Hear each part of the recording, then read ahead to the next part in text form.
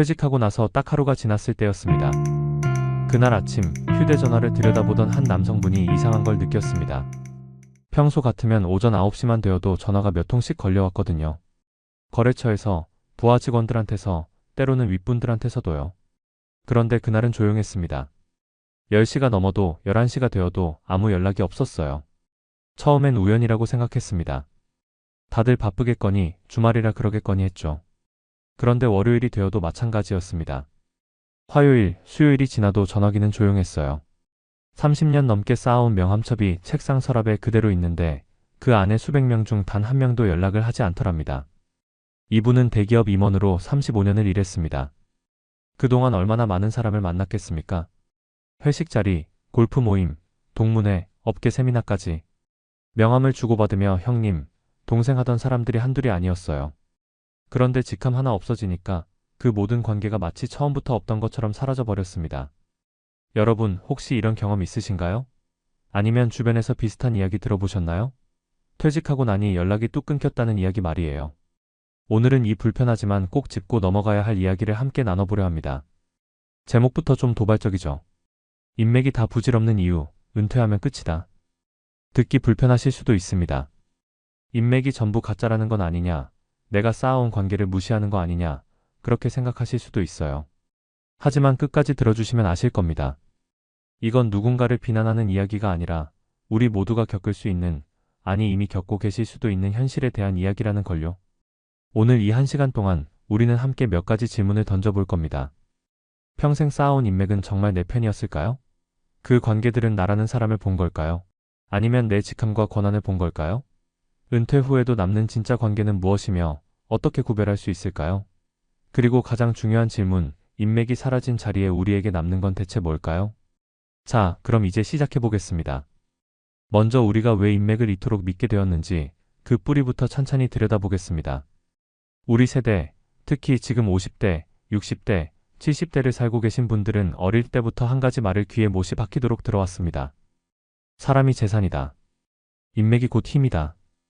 아는 사람 하나가 10번 공부하는 것보다 낫다. 이런 말들 기억나시죠? 그 시절엔 정말 그랬습니다. 1970년대, 1980년대만 해도 정보가 귀했어요. 인터넷도 없고 스마트폰은 상상도 못하던 시절이었잖아요. 뭘 알려면 사람한테 물어봐야 했습니다. 어디 가서 뭘 해야 할지, 어떤 회사가 좋은지, 어떻게 하면 일을 따낼 수 있는지. 전부 사람을 통해서 알게 되는 거였어요. 그래서 그때는 인맥이 정말 중요했습니다. 좋은 대학 나온 것도 중요했지만 거기서 누구를 만나느냐가 더 중요했어요. 같은 고향 사람, 같은 학교 선후배, 같은 군대 전후. 이런 연결고리 하나하나가 나중에 취직할 때, 사업할 때, 승진할 때 결정적인 역할을 했습니다. 회사 생활을 생각해보세요. 입사할 때도 누군가의 소개가 있으면 훨씬 유리했죠. 일단 들어가고 나서도 마찬가지였습니다. 같은 능력이면 윗사람과 친한 사람이 먼저 승진했어요. 중요한 프로젝트는 연줄 있는 사람한테 돌아갔고요. 그러니 자연스럽게 모두가 인맥 쌓기에 열중하게 됐습니다. 명함첩 한번 생각해보세요. 여러분 집에도 하나쯤 있으실 겁니다. 두툼한 가죽 케이스에 명함이 빼곡히 꽂혀 있는 거요. 어떤 분들은 명함첩이 몇 권씩 되기도 합니다. 그걸 보면서 뿌듯했던 기억 있으시죠? 나도 이만큼 사람을 아는구나. 이 정도면 웬만한 일은 해결할 수 있겠다. 그런 생각 말이에요. 골프도 그렇습니다. 골프가 정말 좋아서 치는 분도 계시지만 솔직히 대부분은 인맥 관리 때문에 시작하셨잖아요.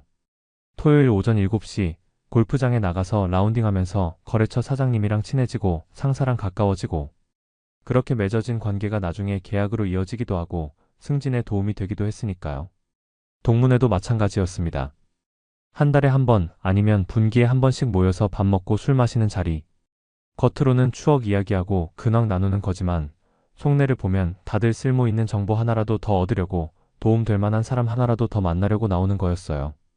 이게 나쁘다는 게 아닙니다. 그 시대에는 그게 생존 방식이었어요. 그렇게 안 하면 뒤처졌습니다.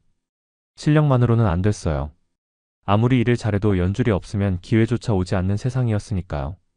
그래서 우리는 평생을 그렇게 살아왔습니다. 사람을 만나고 관계를 맺고 인맥을 넓히고 퇴근 후에도 주말에도 명절에도 쉬는 시간이 따로 없었어요. 가족보다 회식이 우선이었고 아이들 운동회보다 접대 골프가 중요했습니다. 그게 당연한 줄 알았어요. 그래야 성공할 수 있다고 믿었으니까요. 그리고 실제로 그랬습니다. 인맥이 넓은 사람이 승승장구했어요. 출세도 빨리 하고 돈도 많이 벌었죠. 그러니 더욱더 인맥이 중요하다는 믿음이 강해졌습니다. 역시 사람이 재산이구나. 인맥이 곧 경쟁력이구나. 그렇게 확신하게 됐어요. 그런데 말이죠. 여기서 우리가 놓친 게 하나 있습니다. 그 인맥이라는 게 정확히 뭐였는지, 그 관계의 본질이 무엇이었는지 제대로 생각해 본 적이 있었나요? 그냥 사람 수만 세었지, 그 사람들이 왜 나와 연결되어 있는지는 깊이 생각해 보지 않았어요.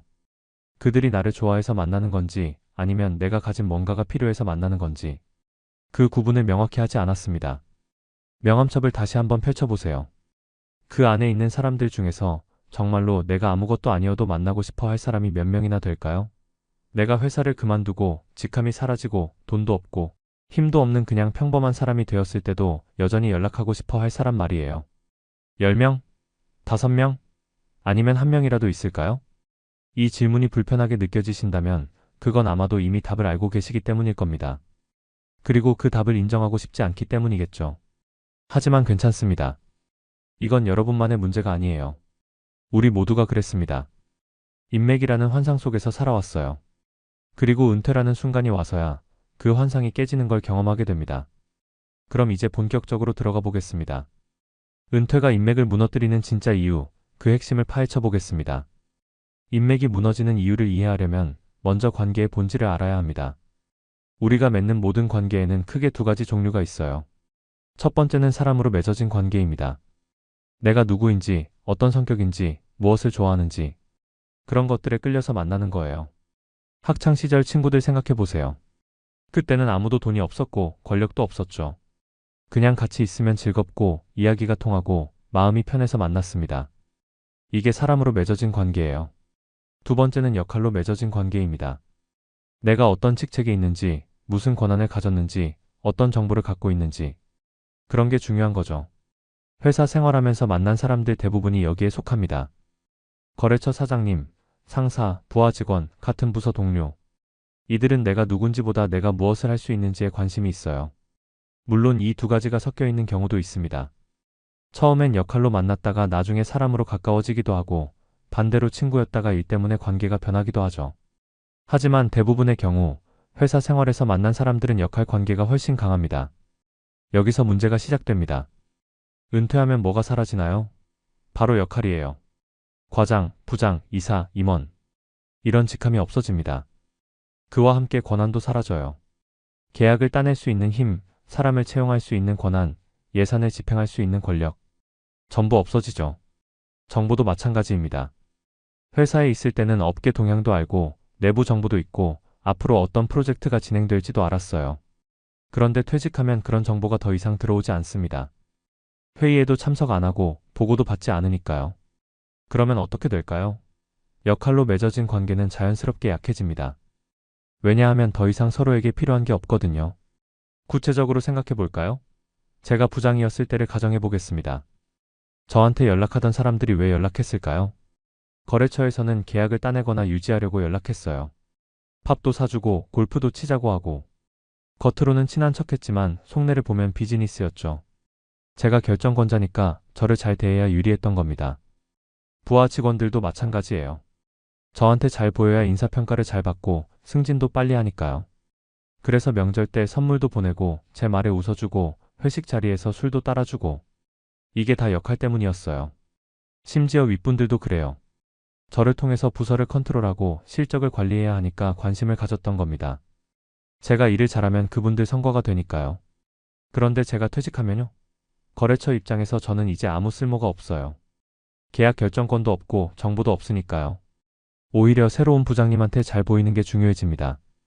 그래서 저한테 쓰던 시간과 돈을 그쪽으로 돌리는 거죠. 부하 직원들도 마찬가지입니다.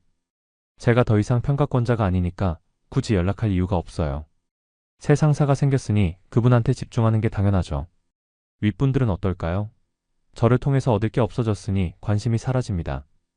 가끔 예의상 안부 전화는 할 수 있어도 예전처럼 자주 연락하거나 밥 먹자고 하지는 않아요. 이게 냉정한 현실입니다. 나쁜 사람들이어서 그런 게 아니에요. 그냥 조직이 돌아가는 방식이 그런 거예요. 역할이 있을 때는 그 역할을 중심으로 관계가 형성되고 역할이 없어지면 관계도 흐려지는 겁니다. 여기서 더 아픈 건 이 과정이 너무나 자연스럽게 일어난다는 거예요. 누가 이제 당신 쓸모없으니까 연락 안 할게요 라고 대놓고 말하지 않습니다. 그냥 점점 연락이 뜸해져요. 처음에는 한 달에 한 번씩 만나다가 석 달에 한 번이 되고 6개월에 한 번이 되고 그러다 보면 1년, 2년이 지나도 안 만나게 됩니다. 전화도 마찬가지예요. 처음엔 가끔 걸려오다가 점점 뜸해지고 나중엔 아예 안 걸려오죠. 더 슬픈 건 내가 먼저 연락하면 상대방이 귀찮아한다는 걸 느낀다는 거예요. 통화할 때 목소리가 예전 같지 않아요. 아, 네네. 잘 지내죠? 그래요. 바빠서 연락 못했네요. 이런 식으로 대충 넘어가려고 합니다. 밥 먹자고 하면 요즘 너무 바빠서요. 나중에 시간 되면 연락드릴게요라고 하고는 그 나중이 오지 않아요. 몇 번 그런 일을 겪으면 더 이상 먼저 연락하기가 무서워집니다. 내가 부담스러운 사람이 된 건가? 쓸모 없어진 나한테 관심이 없는 건가?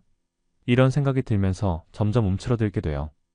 그렇게 시간이 지나면 명함첩에 가득했던 수백 명의 사람들이 사실상 연락할 수 없는 사람들로 바뀝니다. 번호는 남아있어도 전화 걸 수 없는 번호가 되는 거죠. 이게 바로 은퇴가 인맥을 무너뜨리는 메커니즘입니다. 역할이 사라지면서 역할로 맺어진 관계도 함께 사라지는 겁니다. 그리고 안타깝게도 우리가 평생 쌓아온 인맥의 대부분은 역할 관계였어요. 그럼 여기서 질문 하나 드리겠습니다. 이게 정말 배신일까요? 그 사람들이 나쁜 사람들이어서 그런 걸까요? 아닙니다. 그들도 자기 삶을 살아가는 거예요. 지금 필요한 관계에 집중하는 게 당연하죠. 마치 우리가 현역이었을 때 은퇴한 선배님들한테 자주 연락 안 했던 것처럼요. 그때는 우리도 바빴고 지금 일하는 사람들한테 신경 쓰느라 여유가 없었잖아요. 이제 그 입장이 바뀐 거예요. 우리가 은퇴한 선배님 입장이 된 겁니다. 그리고 그제야 깨닫죠. 아, 그때 그분들도 이런 기분이었구나. 다음 시간에는 이런 경험을 실제로 한 분들의 이야기를 들어보겠습니다. 하루아침에 고립된 사람들, 그들은 무엇을 느꼈고 어떻게 극복했을까요? 잠시 후에 계속됩니다. 첫 번째 이야기입니다. 김 씨라고 부르겠습니다. 62세, 대기업에서 35년을 일하고 임원으로 퇴직하신 분이에요. 김 씨는 젊었을 때부터 일 잘하기로 소문났습니다. 능력도 있었지만 사람 관리도 뛰어났어요. 후배들은 잘 챙겨주고 선배들한테는 예의 바르게 대하고 그러다 보니 자연스럽게 인맥이 넓어졌죠. 회사 안팎으로 아는 사람이 정말 많았습니다. 명함천만 5건이었어요. 한 권에 100장씩 들어가니까 총 500명 정도 되는 셈이죠. 골프 모임도 3개나 있었고 동문회도 빠지지 않고 나갔습니다. 한 달에 회식이 10번도 넘게 있었을 정도예요. 그분은 이렇게 생각했대요. 이 정도면 은퇴해도 걱정 없겠다. 뭔가 일을 해도 도와줄 사람들이 많으니까. 실제로 퇴직 전날까지도 사람들이 찾아와서 인사했습니다. 형님, 퇴직하셔도 자주 연락드릴게요. 언제 한번 골프 치러 가시죠. 형님 덕분에 많이 배웠습니다. 은혜 잊지 않겠습니다. 이런 말들을 듣고 뿌듯했대요. 그런데 퇴직하고 한 달이 지났을 때부터 이상한 느낌이 들기 시작했답니다. 전화가 줄었어요. 예전엔 하루에 10통 이상 걸려오던 전화가 일주일에 2~3통으로 줄었습니다.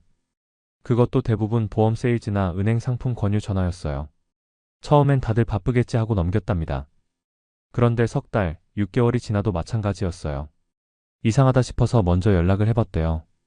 예전에 친하게 지내던 후배한테 전화를 걸었죠. 야, 나 김 부장인데. 아니지, 이제 부장 아니고 그냥 김 아무개지. 하하, 오랜만이다. 요즘 어떻게 지내? 후배 목소리가 어색했답니다. 아, 예. 형님, 잘 지내시죠? 전 그냥 바쁘게 지내고 있습니다. 그래, 바쁘겠지. 그래도 한번 보자. 밥이나 한번 먹자. 아, 그게요. 요즘 프로젝트가 있어서 주말에도 출근하고 있어요. 나중에 좀 여유 생기면 연락드릴게요. 그 나중은 오지 않았답니다. 3개월이 지나고 6개월이 지나고 1년이 지나도 연락이 없더래요. 다른 사람들한테도 연락해봤어요. 반응은 비슷했습니다. 처음엔 반갑게 받아주는 것 같다가도 만나자는 이야기만 나오면 슬슬 피하더랍니다. 요즘 너무 바빠서요. 다음에요. 시간 되면 제가 연락드릴게요. 이런 식이었죠. 김 씨는 그때 깨달았답니다. 아, 나는 쓸모가 없어진 거구나. 이 사람들한테는 김 부장, 김 이사가 필요했지. 그냥 김 아무개는 필요 없었던 거구나. 가장 충격적이었던 건 골프 모임이었대요. 한 달에 한 번씩 꼬박꼬박 나가던 모임인데 퇴직하고 나니 연락이 안 오더래요. 궁금해서 총무한테 전화했더니 아, 형님. 요즘 멤버들 스케줄이 안 맞아서 모임을 잠깐 쉬고 있어요 라고 하더랍니다. 그런데 나중에 SNS를 보니 그 모임이 여전히 진행되고 있었어요. 단지 자기한테만 연락을 안 한 거죠. 왜냐하면 김 씨는 이제 현역이 아니니까요.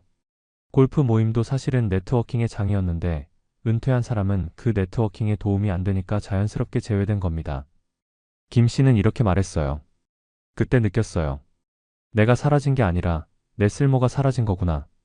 사람들은 나를 본 게 아니라 내 자리를 본 거였구나. 정말 허무하더라고요. 35년 동안 뭘 한 건가 싶었어요. 두 번째 이야기는 박 씨입니다. 58세, 작은 사업을 하다가 정리하신 분이에요. 박 씨는 20년 넘게 제조업을 했습니다. 직원도 20명 정도 있었고 매출도 꽤 괜찮았어요. 그러다 보니 거래처도 많았고 업계에서 아는 사람도 많았죠. 특히 박 씨는 사람 챙기는 걸 좋아했습니다. 거래처 사장님들 생일이면 꼭 선물을 보냈고 명절 때도 빠짐없이 인사했어요. 어려울 때 도와준 사람들도 많았죠. 자금이 급한 사람한테는 외상으로 물건을 주기도 하고 힘든 일 있으면 발벗고 나서서 도와주기도 했습니다. 그래서 박 씨는 확신했어요. 나한테는 진짜 친구들이 많아. 이 사람들은 내가 힘들 때도 곁에 있어줄 거야. 실제로 사업할 때는 정말 그랬거든요. 어려운 일 있으면 다들 도와줬어요. 그런데 사업을 정리하게 됐습니다. 경기가 나빠지고 경쟁이 심해지면서 버티기 어려워진 거죠. 빚은 없이 정리했지만 여윳돈도 없었어요. 이제 뭘 할까 고민하면서 그동안 알던 사람들한테 조언을 구하려고 연락했답니다.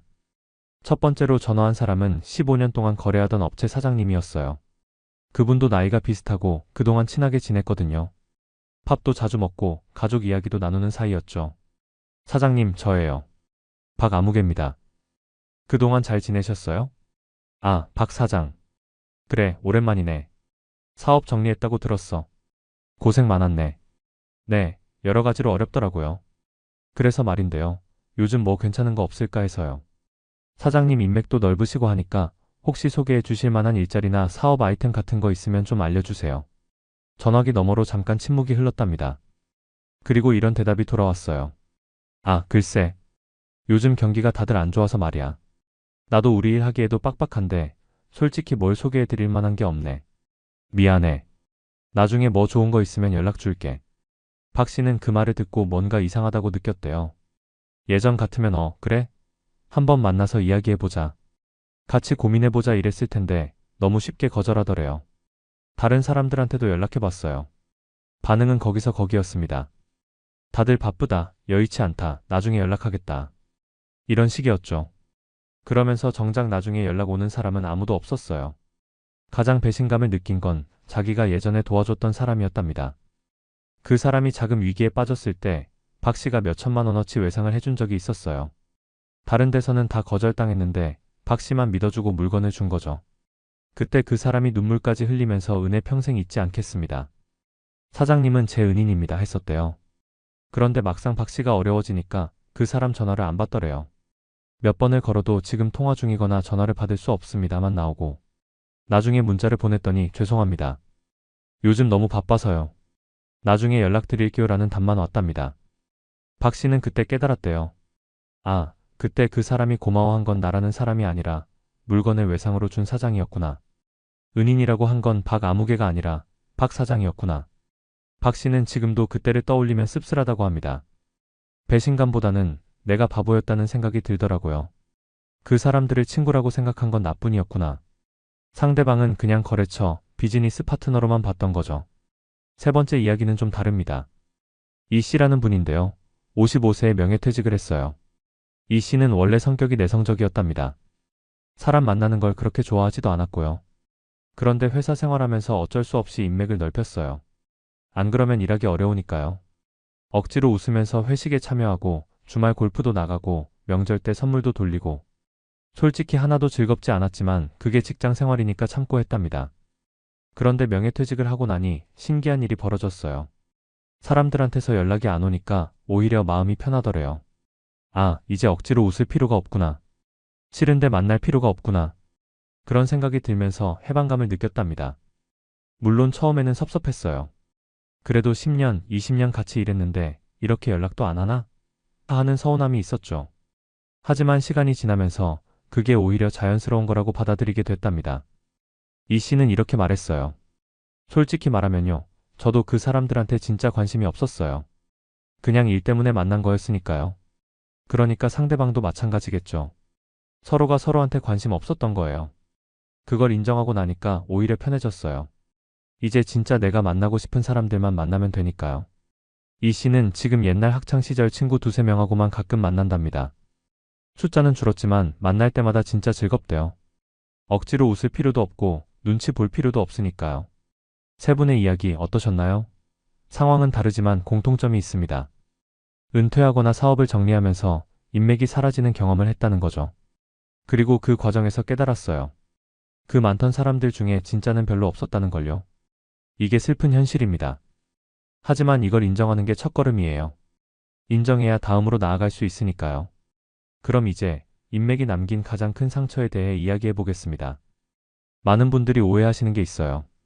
인맥이 사라질 때 가장 아픈 게 배신이라고 생각하시는데 사실은 그게 아닙니다. 배신은 상대방이 적극적으로 나를 해치는 거잖아요. 뒤통수를 치거나 나쁜 말을 퍼뜨리거나 그런 거요. 그런데 은퇴 후에 겪는 건 배신이 아니에요. 그냥 무관심입니다. 상대방이 나를 미워해서 안 만나는 게 아니라 그냥 관심이 없어서 안 만나는 거예요. 나쁜 감정도 없고 좋은 감정도 없어요. 그냥 아무 감정이 없는 겁니다. 이게 훨씬 더 아파요. 배신당하면 적어도 화라도 낼 수 있잖아요. 그 사람이 나쁜 놈이야 하면서 분노라도 할 수 있죠. 그런데 무관심은 뭐라고 할 수가 없어요.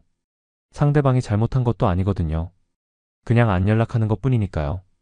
한 분이 이런 말씀을 하셨어요.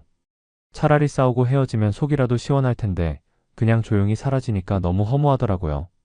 뭐라고 할 수도 없고 붙잡을 수도 없고 그냥 점점 멀어지는 걸 지켜볼 수밖에 없는 거예요.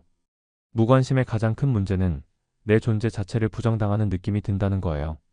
내가 없어도 아무 상관이 없구나. 내가 있든 없든 저 사람들 삶은 계속되는구나. 이런 생각이 들면서 자존감이 무너지기 시작합니다. 특히 평생을 인맥을 쌓으면서 살아온 분들한테는 더 큰 타격이에요. 자기 정체성의 상당 부분이 사람들한테 둘러싸인 나, 인맥이 넓은 나였거든요. 그런데 그 사람들이 다 사라지니까 나는 대체 누구인가 하는 혼란이 오는 거죠. 내가 잘못 살아온 건가? 이런 생각도 듭니다. 30년, 40년을 일하면서 인맥 쌓느라 주말도 없이 살았는데 결국 남는 게 없으니까요. 가족한테 소홀했던 것, 취미 생활 못한 것, 건강 챙기지 못한 것, 이런 게 후회로 밀려옵니다. 그때 골프 치러 다니지 말고 가족이랑 시간 보낼 걸. 회식 자리에서 억지 웃음 짓지 말고 집에 일찍 들어갈 걸. 명함 모으지 말고 진짜 친구 하나라도 제대로 사귈 걸. 이런 후회들이에요. 더 심각한 건 이게 우울증으로 이어진다는 겁니다. 실제로 통계를 보면 은퇴 후 2년 이내에 우울증을 경험하는 비율이 굉장히 높아요. 그리고 그 원인 중 하나가 바로 사회적 고립입니다. 매일 출근하면서 사람들을 만나다가 갑자기 집에만 있으니까 외로워요. 전화도 안 오고 약속도 없고 하루 종일 TV만 보다가 저녁에 배우자한테 오늘 누구 만났어? 물어보면 아무도 안 만났어 하게 되는 거죠. 그러다 보면 자꾸 부정적인 생각이 듭니다. 나는 쓸모없는 사람이야. 아무도 나한테 관심 없어. 나는 이제 끝났어. 이런 생각들이 반복되면서 점점 우울해지는 거예요. 어떤 분은 이렇게까지 말씀하셨어요. 차라리 계속 일할 걸 그랬어요. 돈은 좀 덜 벌어도 사람들이랑 부대끼면서 사는 게 나았을 것 같아요. 지금은 돈은 있는데 쓸 데가 없어요.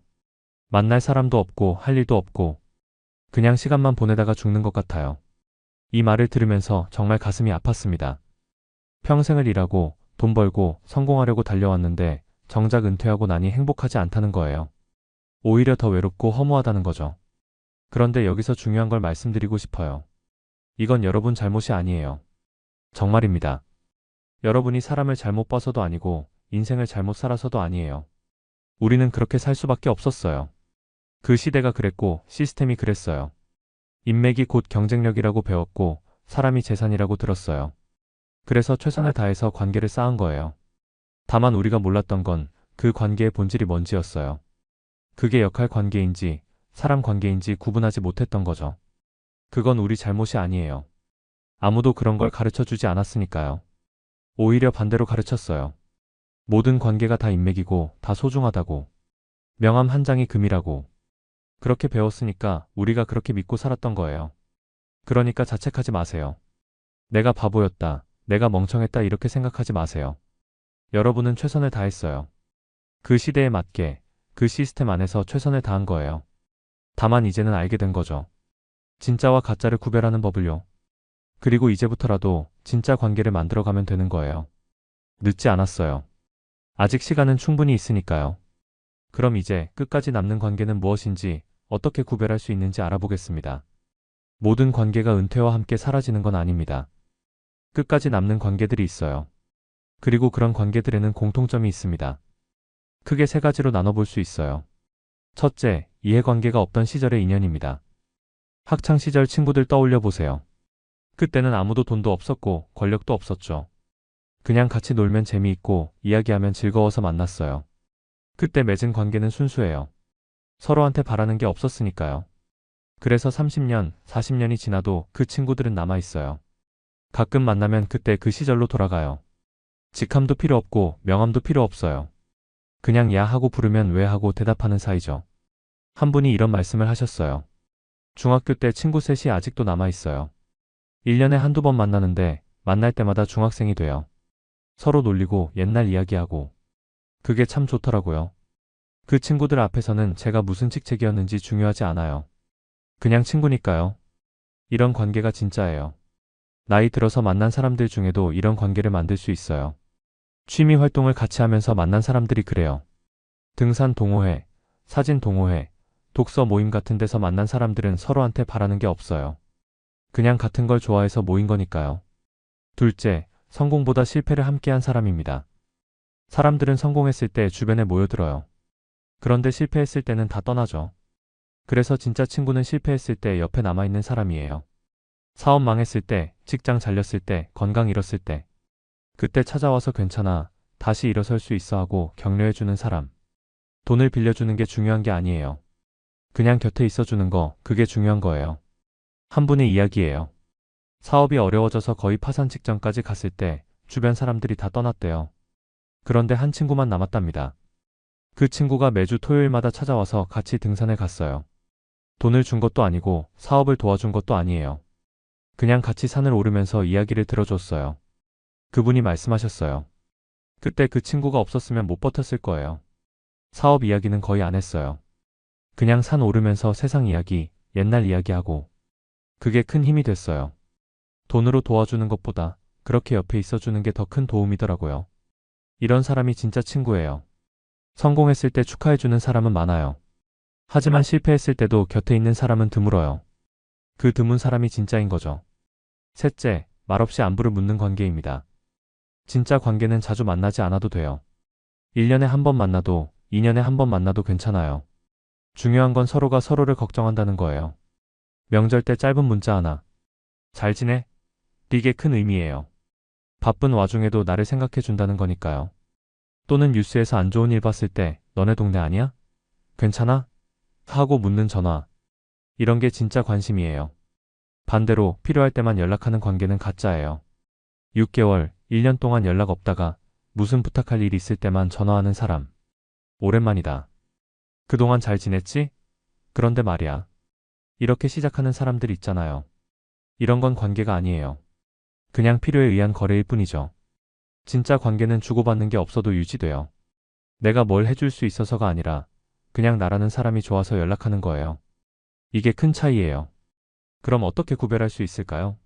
간단한 테스트가 있어요. 내가 아무것도 아니게 됐을 때를 상상해 보는 거예요. 돈도 없고 권력도 없고 직함도 없는 그냥 평범한 사람. 아니, 평범하다기보다는 좀 어려운 상황에 있는 사람. 그런 내가 됐을 때 이 사람이 여전히 나한테 연락할까? 만나고 싶어 할까? 만약 대답이 아니오라면 그 관계는 역할 관계예요. 만약 그래도 만날 것 같아라면 그건 사람 관계의 가능성이 높아요. 또 하나 테스트는 상대방이 나한테 바라는 게 뭔지 생각해 보는 거예요. 정보, 인맥, 돈, 권한? 뭔가 구체적으로 바라는 게 있다면 그건 이해관계예요. 반면에 딱히 바라는 게 없고 그냥 만나면 좋아 보인다면 그건 순수한 관계일 거예요. 마지막으로 내가 그 사람 앞에서 어떤 기분인지 체크해 보세요. 편한가요? 불편한가요? 진짜 관계는 편해요. 굳이 좋은 모습만 보여줄 필요가 없어요. 실패한 이야기도 할 수 있고 약한 모습도 보여줄 수 있어요. 반면에 가짜 관계는 불편해요. 항상 좋은 척해야 하고 잘 나가는 척해야 하고 약점 보이면 안 될 것 같고 이런 관계는 피곤해요. 그리고 그런 관계는 오래가지 못해요. 여러분, 주변을 한번 둘러보세요. 진짜 관계가 몇 개나 있나요? 10개? 5개? 아니면 하나? 숫자는 중요하지 않아요. 10개의 가짜보다 하나의 진짜가 나아요. 그리고 지금부터라도 늦지 않았어요. 진짜 관계를 만들어갈 수 있어요. 어떻게 하는지 지금부터 말씀드리겠습니다. 은퇴 후 또는 인생의 후반부에 접어들면서 많은 분들이 새로운 인맥을 만들어야 한다고 생각하세요. 뭔가 또 사람을 만나고 모임에 나가고 그래야 할 것 같은 강박이 있어요. 하지만 제가 말씀드리고 싶은 건 굳이 그럴 필요 없다는 겁니다. 넓은 인맥이 아니라 깊은 관계가 필요한 거예요. 생각해보세요. 명함첩에 500명이 있어도 정작 마음 터놓고 이야기할 사람이 없다면 무슨 소용인가요? 차라리 3명이라도 진짜 내 이야기를 들어줄 사람이 있는 게 훨씬 나아요. 한 연구 결과가 있어요. 행복한 노년을 보내는 사람들의 공통점을 조사했더니 친구 숫자가 많은 게 아니라 친밀한 관계가 있는 게 중요하더래요. 일주일에 한 번씩 만나서 깊은 대화를 나누는 친구 2~3명이 1년에 한 번씩 만나는 지인 100명보다 행복에 더 큰 영향을 미친다는 겁니다. 그래서 이제는 넓이가 아니라 깊이예요. 새로운 사람 100명 만나는 것보다 지금 있는 사람 1명과 더 깊어지는 게 나아요. 구체적으로 어떻게 하면 될까요? 첫째, 연락하고 싶은 사람 명단을 만드세요. 지금 당장 떠오르는 사람, 그 사람이 누구인가요? 학창시절 친구? 옛날 직장 동료? 동네 이웃? 누구든 좋아요. 진짜 만나고 싶은 사람을 떠올려 보세요. 그리고 그 사람한테 연락하세요. 오랜만이다. 요즘 어떻게 지내? 이렇게 시작하면 돼요. 거창한 이유 필요 없어요. 그냥 생각나서 보고 싶어서. 그걸로 충분해요. 처음엔 어색할 수 있어요. 오랜만에 연락하면 상대방도 의아해할 수 있죠. 하지만 괜찮아요. 솔직하게 말하세요. 나이 드니까 옛날 사람들이 그리워져서 이렇게 말하면 대부분 이해해줘요. 둘째, 정기적으로 만나는 약속을 만드세요. 한 달에 한 번 또는 석 달에 한 번. 날짜를 정해놓고 만나는 거예요. 매달 첫째 주 토요일에 만나자 이런 식으로요. 정기적으로 만나면 관계가 깊어져요. 매번 근황부터 이야기할 필요 없이 지난번 이야기에서 이어서 할 수 있거든요. 마치 연속극 보는 것처럼 서로 삶의 스토리를 공유하게 돼요. 셋째, 새로운 관계를 만들고 싶다면 이해관계 없는 곳에서 만드세요. 취미 활동이 좋아요. 등산, 사진, 독서, 그림 그리기, 뭐든 좋아요. 내가 좋아하는 걸 하면서 만나는 사람들은 순수해요. 한 분이 60세에 수채화를 시작했대요. 문화센터에서 배우는데 거기서 비슷한 또래 분들을 만났어요. 다들 퇴직하고 취미로 그림 그리러 오신 분들이었죠. 처음엔 그냥 그림 이야기만 하다가 점점 인생 이야기도 나누게 됐대요. 서로 퇴직 후 어떻게 지내는지, 어떤 고민이 있는지 그런 이야기들을 나누면서 가까워졌어요. 그분이 말씀하셨어요. 그 친구들은 제가 무슨 일 했는지 잘 몰라요. 알려고도 안 해요. 그냥 같이 그림 그리는 친구일 뿐이에요. 그게 참 좋아요. 아무 부담 없이 만날 수 있으니까요. 넷째, 베풀려고 하지 마세요. 은퇴 후에 새로운 인맥을 만들려고 하시는 분들 중에 뭔가를 베풀어야 사람들이 모일 거라고 생각하시는 분들이 있어요. 밥을 사거나 선물을 주거나 뭔가를 해줘야 한다고 생각하시죠. 하지만 그렇게 만든 관계는 오래가지 못해요. 베푸는 동안은 사람들이 모이지만 베풀 수 없게 되면 다들 떠나요. 그리고 베푸는 사람도 힘들어요. 계속 주기만 하면 지치거든요. 진짜 관계는 주고받는 게 균형이 맞아야 해요. 내가 줄 때도 있고 받을 때도 있고 때로는 내가 위로받고 때로는 내가 위로해주고 이런 게 건강한 관계예요. 다섯째, 혼자 있는 시간도 소중히 여기세요. 많은 분들이 혼자 있으면 외롭다고 생각하세요. 그래서 자꾸 사람을 만나려고 해요. 하지만 혼자 있는 시간도 필요해요. 혼자 있어야 나를 돌아볼 수 있어요. 내가 진짜 뭘 좋아하는지, 어떻게 살고 싶은지 그런 걸 생각할 시간이 필요해요. 그리고 그렇게 나를 알아야 나와 맞는 사람도 찾을 수 있어요. 혼자 산책하고, 혼자 영화 보고, 혼자 책 읽고 이런 시간이 낭비가 아니에요. 오히려 나를 채우는 시간이에요. 그리고 나를 채워야 다른 사람한테도 줄 수 있어요. 마지막으로 지금 이 순간 떠오르는 한 사람을 생각해 보세요. 여러분 머릿속에 누가 떠오르나요? 오랫동안 연락 못한 그 사람, 보고 싶었던 그 사람. 오늘, 지금 당장 연락해 보세요. 문자 한 통이면 돼요. 오랜만이야. 잘 지내? 이렇게요. 그게 시작이에요. 그 한 통의 문자가 새로운 관계의 시작이 될 수 있어요. 아니, 어쩌면 오래된 관계의 재시작이 될 수도 있죠. 용기 내세요. 거절당할까 봐 두려워하지 마세요. 설령 상대방이 바빠서 답장 못해도 괜찮아요. 적어도 여러분은 시도했으니까요. 그리고 대부분의 경우 사람들은 반가워해요. 누군가 자기를 기억하고 연락한다는 게 고마운 일이거든요. 자, 이제 마지막 장입니다. 인맥이 사라진 자리에 무엇이 남는지 함께 생각해 보겠습니다. 오늘 1시간 동안 우리는 불편한 진실을 마주했습니다. 평생 쌓아온 인맥이 사실은 모래성 같았다는 것, 은퇴하면서 그게 무너졌다는 것, 그리고 그 과정에서 많은 분들이 상처받고 외로워하고 자존감을 잃었다는 것. 하지만 여기서 끝이 아니에요. 오히려 이제부터가 시작입니다. 인맥이 무너지고 나면 처음엔 텅 빈 느낌이 들어요. 그동안 그 많던 사람들이 다 어디 갔나 싶고 나 혼자만 남은 것 같고.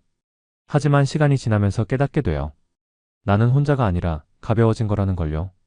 생각해보세요. 500명이 들어있던 명함첩, 그거 들고 다니느라 얼마나 무거웠나요? 매주 회식, 매달 골프, 끊임없는 전화와 문자. 그거 유지하느라 얼마나 힘들었어요? 이제 그 짐을 내려놓은 거예요. 더 이상 억지 웃음 짓지 않아도 되고, 싫은 사람 만나지 않아도 되고, 눈치 보지 않아도 돼요. 이게 자유예요. 한 분이 이런 말씀을 하셨어요. 처음엔 사람들이 안 연락해서 서운했는데, 나중엔 고맙더라고요.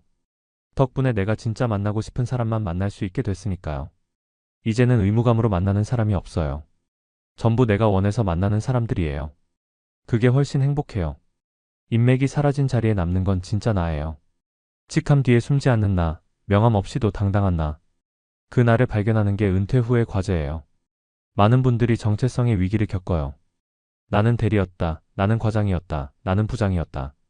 그렇게 자신을 정의했는데 그 직함이 없어지니까 나는 대체 누구인가 하는 혼란이 오는 거죠. 하지만 여러분은 직함이 아니에요. 여러분은 한 사람의 인간이에요. 누군가의 부모이고 배우자이고 친구이고 또 누군가에겐 존경받는 어른이고 도움을 줄 수 있는 선배이고. 직함은 일시적인 거예요. 오늘 있다가 내일 사라질 수 있어요. 하지만 사람은 영원해요. 내가 누구인지, 어떤 가치관을 가졌는지, 무엇을 소중히 여기는지. 이런 게 진짜 나를 정의하는 거예요. 그리고 이제는 그걸 찾을 시간이에요. 평생 바빠서 못했던 거 해보세요. 하고 싶었던 거 해보세요. 누가 뭐래도, 누가 어떻게 생각하든 내가 하고 싶으면 하는 거예요. 그림 그리고 싶으면 그리고, 여행 가고 싶으면 가고, 책 쓰고 싶으면 쓰고. 이제는 내 인생이에요. 다른 사람 눈치 볼 필요 없어요. 또 하나, 인맥이 사라진 자리에 남는 건 진짜 관계예요. 가짜들이 떠나고 나니까 진짜가 보이기 시작해요. 수백 명이 사라지고 나서 딱 3명이 남았다면 그 3명이 진짜예요. 그들이 여러분의 진짜 친구예요. 그리고 그 3명이면 충분해요. 인생을 살아가는데 수백 명의 지인보다 3명의 진짜 친구가 훨씬 큰 힘이 돼요. 외로울 때 전화할 사람, 기쁠 때 함께 기뻐할 사람, 슬플 때 위로해줄 사람. 그런 사람이 한 명이라도 있다면 그거면 돼요.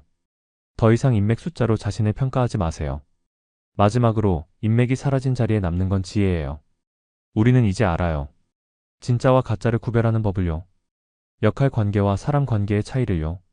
이건 값진 경험이에요. 젊은 사람들한테 이 지혜를 나눠줄 수 있어요. 인맥에 너무 목매지 마라. 진짜 관계를 만들어라. 직함이 아니라 사람으로 만나라. 이런 조언을 해줄 수 있어요. 그리고 그 조언은 젊은 사람들한테 큰 도움이 될 거예요. 왜냐하면 그들도 지금 우리가 걸었던 길을 걷고 있으니까요. 같은 실수를 반복하지 않도록 우리가 도와줄 수 있어요. 여러분, 은퇴는 끝이 아닙니다. 인맥이 사라지는 것도 끝이 아니에요. 오히려 새로운 시작이에요. 가짜가 떨어져 나가고 진짜만 남는 시작이에요. 가볍게 사는 법을 배우는 시작이고, 진짜 나를 찾는 시작이고, 깊은 관계를 만드는 시작이에요. 두려워하지 마세요. 여러분은 혼자가 아니에요.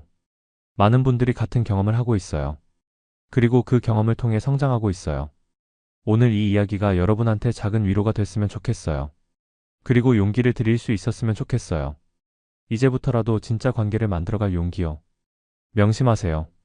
인맥 500개보다 친구 1명이 나아요. 명함첩 5건보다 진심 한 통의 전화가 나아요. 숫자가 아니라 깊이예요. 넓이가 아니라 진심이에요. 그리고 여러분은 충분히 가치 있는 사람이에요. 직함이 없어도, 권한이 없어도, 돈이 없어도 여러분은 그 자체로 소중한 사람이에요. 이제 댓글로 여러분의 이야기를 들려주세요. 혹시 비슷한 경험 있으신가요? 은퇴 후 관계가 어떻게 변했나요? 또는 지금 진짜 친구라고 생각하는 사람이 있나요? 여러분의 이야기는 누군가에게 큰 위로가 될 수 있어요. 나만 그런 게 아니구나. 다른 사람들도 같은 고민을 하는구나. 이걸 아는 것만으로도 큰 힘이 되거든요. 그리고 만약 이 이야기가 도움이 됐다면 주변 분들과도 공유해 주세요. 비슷한 고민을 하고 계실 분들이 많을 거예요. 함께 나누면 서로 위로가 될 수 있을 겁니다. 다음 영상에서는 은퇴 후 새로운 삶을 어떻게 설계할 것인가에 대해 이야기해 보겠습니다. 취미를 일로 만드는 법, 제2커리어를 시작하는 법, 그리고 진짜 행복한 노후를 준비하는 법, 이런 주제들로 찾아뵙겠습니다. 오늘도 긴 시간 함께 해주셔서 감사합니다. 여러분의 인생 이모작이 행복하고 의미 있기를 진심으로 바랍니다. 그럼 다음 시간에 또 만나요. 건강하세요.